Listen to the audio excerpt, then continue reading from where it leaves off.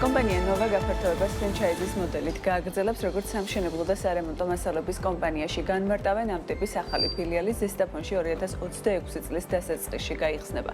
ერთი ფრენჩაიზ ფილიალის დამატებას ნოვას მხრიდან დაახლოებით 1 მილიონი ლარის ინვესტიცია სჭირდება. ამას გარდა კომპანია უახლოეს პერიოდში პაციანი ქაღალდების გამოშვებასაც გეგმავს. სიახლეებსა და ბაზრის ტენდენციებზე სასაუბრად სტუდიაში ნოვას გენერალურ დირექტორს ედიშერ ხიმშიაშვილს მასპინძლობთ, რომელიც შემოგვიერთდა უკვე გადაცემაში დილომშვიდობის. მადლობა თქვენი დროისთვის. მოდი პირველ რიგში ვისაუბროთ, რატომ ფრენჩაიზის მოდელით გაფართოება და რა უპირატესობა აქვს ამ ყველაფერს. ფრანჩაიზის ნაწილი ჩვენთვის პირველი მაგალითი არის, ჩვენ უკვე ამის გამოცდილება მივიღეთ. მთავარი ამოცანა ამ შემთხვევაში არის ერთი, რომ რეგიონში არსებული პარტნიორები გავაძლიეროთ და ისინი გავხადოთ უფრო სისტემურები, რითაც ჩვენ მათვე ვეხმარებით, რომ როგორც მარკეტინგულ ნაწილში, ასევე HR მიმართულებაში, პროცესების მართვაში და შიდა სისტემის სტრუქტურის მოწესრიგებაში და მეორე ნაწილი არის ფრანჩაიზით გაფართოება უფრო სწრაფი და მოკლედ ფინანსური თვალსაზრისით მოკლედ უფრო მარტივი და მოსახერხებელი გზა არის. გარდა მაგისა, ჩვენ ნამდვილად გვყავს წლების განმავლობაში დავიგროვეთ პარტნიორები ჩვენი უმსხვილესი დისტრიბუციიდან, სადაც ადამიანებს შეუძლიათ რომ რეგიონში ნამდვილად სამაგალითო პარტნიორები იყვნენ და გახდნენ. ამიტომ ფრანჩაიზის ნაწილი კიდევ უფრო გაფართოვდება. ეს 2026 წელს ვფიქრობთ, რომ კიდევ რამდენიმე მაღაზიას მოვასწრებთ და დავამატებთ. ყოველ შემთხვევაში ეს ტენდენცია მომავალშიც გაგრძელდება და საბოლოო ჯამში ჩვენი ამოცანა არის, რომ საქართველოს ყველა ქალაქში, ყველა რეგიონში იყოს წარმოდგენილი ნოვა, როგორც ფრანჩაიზორი და ჩვენ ძირითადად დავრჩებთ სამ ძირითად ქალაქში, დიდ მსხვილ ქალაქებში, ეს არის თბილისი, ბათუმი და ქუთაისი, სადაც კიდევ უფრო მეტად გავფართოვდებით და უფრო დიდი ასორტიმენტით და დიდი მოცულობის პროდუქტებს შევთავაზებთ ჩვენს მომხმარებელს, ხოლო სხვა რეგიონებში მიზანია, რომ რაც შეიძლება მეტი სანდო პარტნიორი შევიძინოთ, რომელთანაც ერთადაც ავაშენებთ მოკლედ იმ ქსელს, რასაც ქვია ნოვას პარტნიორები ფრანჩაიზის მიმართულებით. თუ სწორად მივხვდი 26 წელს გაფართოებას გეგმავთ როგორც ფრანჩაიზის მიმართულებით, ასევე ფილიალების დამატების მიმართულებითაც, უბრალოდ ფილიალები თბილისს, ქუთაისს, ბათუმს ეხება და მოდელით უკვე რაღაცა სხვადასხვა პატარა ქალაქებში შევხვალთ თუ როგორია ამ ნაწილში გადაგაცემა. პატარა ქალაქებში ჩვენ ყველგან შევალთ ფრანჩაიზის პირობით და ეგ არის ზესტაფონი რომელია ჩამონათვალში კიდე. ზესტაფონი მათ შორის ვფიქრობთ ზუგდიდში, ვფიქრობთ რომ იქნება ოზურგეთში, ვფიქრობთ რომ იქნება წნორში, მაგრამ სხვადასხვა ქალაქებში, სადაც ეტაპობრივად აუცილებლად შევალთ და გავფართოვდებით. ეს ყველაფერი დაკავშირებული არის როგორც მოკლედ ფინანსებთან, ასევე დაკავშირებული არის პარტნიორებთან, რადგან მოსაწყობი არის ინფრასტრუქტურა და საკმაოდ მოკლედ ესე რომ ვთქვათ შრომატევადი ნაწილია, ხოლო რაც შეეხება თბილისს, ბათუმს და ქუთაისს, ჩვენ აქ იცით რომ გვაქვს ახლა არსებული საგამოფენო სივრცეები, თუმცა ჩვენი ამოცანა არის რომ ეს სივრცეები წლების განმავლობაში კიდევ უფრო გავზადოთ, რადგან ჩვენი ასორტიმენტი იზრდება, იმპორტირებული პროდუქტების ნაწილში ნოვა ფართოვდება, ნოვას წარმოებული მიმართულებები ფართოვდება, შესაბამისად ვფიქრობთ რომ მომავალში აუცილებლად უფრო დიდი მასშტაბის რიტეილ ცენტრებით შევხვდებით მომხმარებელს. რა არის ინვესტიცია ჯამური რის განხორციელებასაც გეგმავთ? მივახსენე 1 მილიონი ლარი, ეს უკავშირდება ინფრასტრუქტურას, ლოგისტიკას და ჯამური ინვესტიცია რა არის, რასაც 2026 წლის განმავლობაში გეგმავს ნოვა? ჩვენი ინვესტიციების ძირითადი ნაწილი ყოველთვის მოდის ნოვას წარმოებაზე, იმიტომ რომ ნოვა პირველ რიგში არის წარმოებელი და ჩვენ მაგ ნაწილით პოზიციონირებთ, რადგან კომპანიის გაყიდვების დიდი ნაწილი სწორედ ნაზამ პროდუქციაზე მოდის. ამიტომ ინვესტირების დიდი ნაწილიც ყოველთვის არის, ესე რომ ვთქვათ, წარმოების მიმართულებაში. აქამდე არც ერთი წელი არ ყოფილა ბოლო 5-6 წლის განმავლობაში, როცა $2 მილიონ ნაკლები ინვესტირება გავაკეთეთ წარმოებაში, მგონია რომ არც 26 იქნება გამონაკლისი პირიქით. ჩვენ გვაქვს ძალიან კარგი იდეები, თუ როგორ განმოვვითაროთ კიდევ უფრო მეტად ქართული წარმოება, შესაბამისად კომპანია ფიქრობს, რომ მინიმუმ $2 მილიონ განახორციელებს ინვესტიციას წარმოებაში, ხოლო რაც შეეხება რიტეილს და სხვა მიმართულებებს, ფიქრობ, რომ სადღაც $1 მილიონ ფარგლებში იქნება ეს ინვესტიციები, რაც მოხმარდება როგორც ქსელის გაფართოებას, ასევე მოხმარდება ასორტიმენტის გაზრდას, იმისთვის რომ მოკლედ უფრო მეტი იმპორტირებული პროდუქტი შევთავაზოთ ჩვენს მომხმარებელს და უფრო მოკლედ ფასის თვალსაზრისით და ხარისხის თვალსაზრისით გავაუმჯობესოთ ჩვენ საგამოფენო სივრცეებში არსებული პროდუქტები. წარმოება რადგან ახსენეთ, გეგმავთ თუ არა უახლოეს პერიოდში დამატებით ახალი ხაზების დამატებას, ამ კუთხით ახალი პროდუქტების წარმოებას, რაც საქართველოში შეიძლება იყოს? აუცილებლად გეგმავთ, ყოველ წელს ვამატებთ ახალი წარმოების მიმართულებით, თუმცა ჩვენი ამოცანა თან არის რომ დავამატოთ ისეთი წარმოების მიმართულებები, რომლებიც ახლოს არის უკვე არსებულ ნოვას საწარმოებთან, ახლოს ყოფნაში გულისხმობთ, რომ იგივე სასაქონლო მარაგებით შეგვიძლია რომ სხვა ასორტიმენტის პროდუქტები ვაწარმოოთ, როგორც არის პოლიეთილენის მიმართულება, თუნუქის მიმართულება, მეტალის მიმართულება და აუცილებლად ძალიან მალე, სულ რამდენიმე თვეში ჩვენ შევხვდებით დარწმუნებული ვარ კიდევ ერთხელ თქვენს ეთერში და უკვე გეტყვით იმ მიმართულებებზე, რომლებსაც უკვე დავამატებთ და არ იქნება ეს გეგმა, იმიტომ რომ ჩვენ გონია, ნოვას გონია, რომ ჩვენი ზრდის, ნოვას ზრდის და ქვეყნის ეკონომიკის ზრდის მთავარი მამოძრავებელი სწორედ წარმოება არის და თუ ჩვენ ვერ შევძლებთ რომ მოვახდინოთ პროდუქტების ექსპორტი, ჩვენი ამოცანა არის რომ მინიმუმზე დავიყვანოთ პროდუქტების იმპორტი. ამიტომ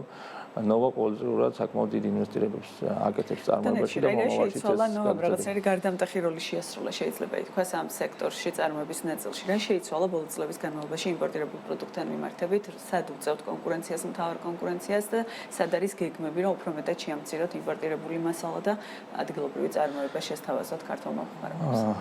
ნამდვილად დაგეთანხმებით ათია იმ ამბავში, რომ ჩვენ შევძელით, რომ იმპორტირებული პროდუქტების დიდი წილი ჩაგვენაცვლებინა იმ მიმართულებებში, სადაც ვაწარმოებთ, ეს არის თუნუქის გადახურვის მიმართულება, პოლიეთილენის ავზების მიმართულება, რომელიც პრაქტიკულად მთლიანად დაუხურეთ ბაზარი, ეხა ახალ პროდუქტებს ვაწარმოებთ, საიზოლაციო მასალების მიმართულებით XPS-ი, წებოცემენტები, რომელიც ფრანშაიზით გვაქვს და პრაქტიკულად ჩვენც მანამდე იმპორტიორები ვიყავით და დღეს უკვე ქართულ პროდუქტებს, ქართულ ნედლეულს მოვიხმართ იმისთვის, რომ ქართული პროდუქტი ვაწარმოოთ ჩვენს ქვეყანაში, გარდა ამისა შავი მეტალის მიმართულებაში. პრაქტიკულად ეს ყველა მიმართულება არის ის მიმართულებები, სადაც მნიშვნელოვანწილად შევამცირეთ იმპორტზე დამოკიდებულება. თუმცა საბოლოო ჯამში ეს არ არის მოკლედ ის შედეგი, რომელსაც ან ჩვენ უნდა ვიყოთ კმაყოფილი ან ბაზარი, იმიტომ რომ თუ გავყოფთ სამშენებლო მასალებს და სარემონტო მასალებს, აი სამშენებლო მასალებში გულისხმობ უფრო არმატურას და ცემენტს, ამ ნაწილში გაცილებით მაღალია ადგილობრივი წარმოების წილი, ვიდრე სამშენებლო სარემონტო მასალების მიმართულებაში. ამიტომ ჩვენი ამოცანა არის, რომ რაც შეიძლება მეტად გავზარდოთ წილი სარემონტო მასალების ნაწილში ადგილზე წარმოების კუთხით. თუმცა ტენდენცია აშკარად პოზიტიურია, რასაც ჩვენ უყურებთ კვლევებს და ვადევნებთ თვალს, აშკარად პოზიტიურია და მასში ძალიან დიდი როლი არის ნოვას მოკლედ ეს როგორც გაცვლილი. ხალხს რო სარემონტო მიმართულებაც უფრო მეტად გაიზარდოს ადგილობრივ ბაზარზე. მთავარი დაბრკოლება და გამოწვევა რა არის, რის გამოც ეს სექტორი ვერ მიყვება ისე სწრაფად, როგორც არ ვიცი, არმატურა თუ ცემენტის მიმართულება იქნება ეს. ძალიან მარტივია ასორტიმენტის სიმრავლე არის ამ შემთხვევაში მთავარი მიზეზი. და მასიური გაყიდვის პროდუქტები. მაგალითად, რას გულისხმობ მასიური გაყიდვის პროდუქტებში, რომ რაღაც წარმოება შექმნას ბიზნესმა, აუცილებელია ამისთვის ბაზარი, ხო? საქართველოს ბაზარი არც ისე დიდია იმისთვის, რომ მსხვილი ინვესტიციები განახორციელო წარმოებაში, მაშინ თუ არ ხარ დარწმუნებული, რომ შენ სხვა ბაზრებს დაიკავებ. მაგალითად, ავიღოთ ხელსაწყოების ბაზარი, სადაც კონკურენტი არის უზარმაზარი გიგანტი ჩინეთი, რომელსაც ლოჯისტიკური პრობლემები არ არსებობს და ლოჯისტიკური წილი ამ პროდუქტის გადაზიდვაში ძალიან დაბალია, ტექნოლოგიურად ძალიან განვითარებულია, შესაბამისად ძალიან გაუჭირდება ნებისმიერ წარმოებას, რომ საქართველოში აწარმოოს მსგავსი პროდუქტები და ამით გაუწიოს კონკურენცია მსოფლიო ბაზარზე. ჩვენი ამოცანა, ჩვენი პოლიტიკა არის, რომ ნოვა ქმნის ისეთ პროდუქტებს, სადაც მოკლედ ლოჯისტიკური წილი ძალიან მაღალია, ანუ მაგალითად ავზების შემთხვევაში არაერთხელ გვითხავს, რომ მისი ტრანსპორტირება ძალიან რთულია, ამიტომ ჩვენ ვქნით ისეთ პროდუქტებს, სადაც გარე კონკურენტები ნაკლებად იქნებიან ჩვენი კონკურენტები და ძირითადად ამ პროდუქტზე შეიძლება მხოლოდ შიდა მწარმოებლები გახდნენ კონკურენტები. ამიტომ მომავალი წარმოებებიც, რომელსაც გავაკეთებ, სწორედ ამ პოლიტიკით იქნება განპირობებული. შესაბამისად, თქვენს კითხვაზე, რატომ არის ეს წილი უფრო მეტი, იმიტომ რომ აქ მოთხოვნა მაღალია და წარმოებაში ინვესტირება უფრო გამართლებულია, ვიდრე იმ ასორტიმენტში და ახლობით 20,000-ზე და 30,000-ზე მეტი შეიძლება იყოს ეს დასახელების პროდუქტები, რაც რემონტისთვის გამოიყენება და მან შეუძლებელია რომ კონკურენტული იყო ასე რომ ვთქვათ, შენს ახლო თუ საერთოდ სოფლიო ბაზართან. როგორია დღესდღეობით მოთხოვნა და მდგომარეობა ბაზარზე? საუბრობდით ეთერს მიღმაც, რომ უძრავი ეკონომიკის ბაზარის გაყიდვებში ტრანზაქციებში შედარებით კლებას აჩვენებს წინა წელთან შედარებით, აისახება თუ არა ეს სამშენებლო და სარემონტო მიმართულებაში თუ პირდაპირ პროპორციულად არ ხართ დამოკიდებული, ასე ვთქვათ, ახალი ბინების ტრანზაქციებზე.